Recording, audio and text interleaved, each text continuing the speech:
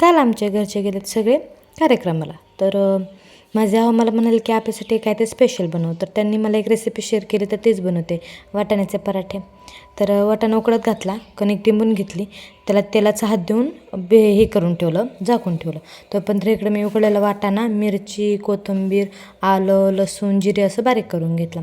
कढईत तेल ठेवलं, त्यात हिंग टाकलं आणि कांदा असा परतून घेतला. त्यानंतर हे वाटाण्याचं जे मी बारीक केलेलं होतं ते मी ह्यात टाकून मीठ टाकून हलवून घेतलं. नंतर मग कणिक घेऊन त्याचं आपण पुरणपोळीचं कसं उंडं तयार करतो त्याप्रमाणे उंडे तयार केले.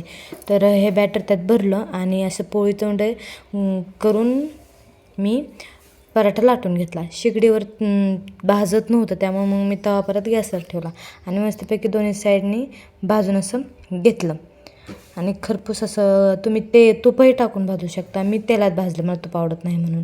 आणि मग मी ते तेलात भाजलं आणि परत मग दही किंवा घरात कोणतीही चटणी असेल तर त्यासोबत तुम्ही ते खाऊ शकता. सारण संपलं आणि चपातीचं पीठ शिल्लक राहिलं, त्यामुळे मी अशी मसाले रोटी देखील बनवली होती एक.